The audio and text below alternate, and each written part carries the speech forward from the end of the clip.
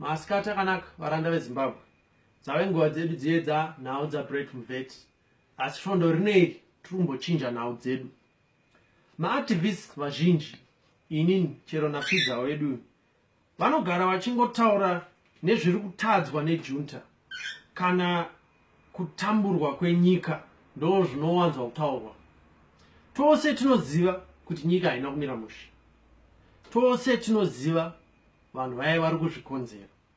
Saka pano panhau dzaBrett Mveti tave kuda kutaura nezvinhu zvatinokwanisa kuita kuti tigadzire nyika yedu. Ma-opposition party muZimbabwe havadi kutaura nezvavachaita kana vaakutonga nyika, nokuti vanoti vamwe mabato anogona kuzotora mafungiro avo. Vamwe vacho vanomboedza kutsanangura, asi vanoshandisa mashoko echirungu ari pamusoro-soro, kana kuti vanotaura asi vasingazotsanangudza kana kudhodhorodza zvakanaka. Pano paBrett Mveti, pfidzaneni takagadzira chinhu chatinoti Good Governance Group, kana kuti 3G for short, kuti tinyore mafungiro edu pakugadzira Zimbabwe. Zvimwe zvinogona kushandiswa mumabato eopposition, zvimwe zvichizoshandiswa muhurumende kana pakaitwa sarudzo uri free and fair. Mavhiki achateera aya tichataura nezvazvo tichidambura muzvidimbu. Zvatichataura mafungiro edu zvedu.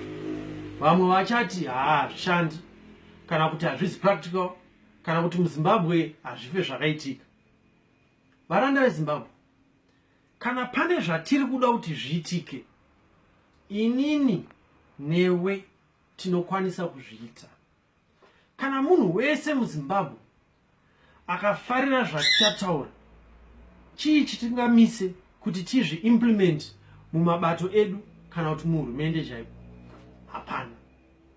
Saka kana muri mubato renyu, taurirai vamwe kuti ndo zvamuri kuda mubumbiro remutemo renyu remubato renyu. Nhasi tichatanga nekutsanangura kuti sei takauya nechinhu chinonzi 3G, uyezve 3G yacho inoita nezvei. Ndo episode 1 ye3G yatichatanga nhasi. Asi vhidhiyo redu richagumira pano.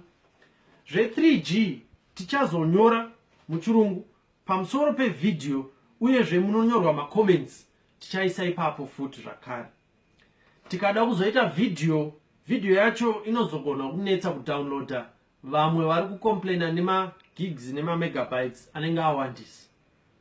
Saka tinokumbirawo varanda veZimbabwe kuti please muverenge 3G episode 1, uyezve mutiudze mafungiro enyu, kana kuwedzera mamwe mafungiro enyu, kana kutora motozviita zvamunenge mafunga kuda kuita, as long as tiri kuimprova nyika yedu yeZimbabwe.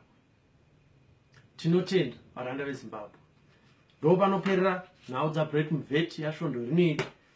Kana mafarira zvandataura uyezve motsigira zvatiri kuita, please motarisawo mamwe videos edu paFacebook nepaYouTube ese anonzi Brett Mveti. Tatenda.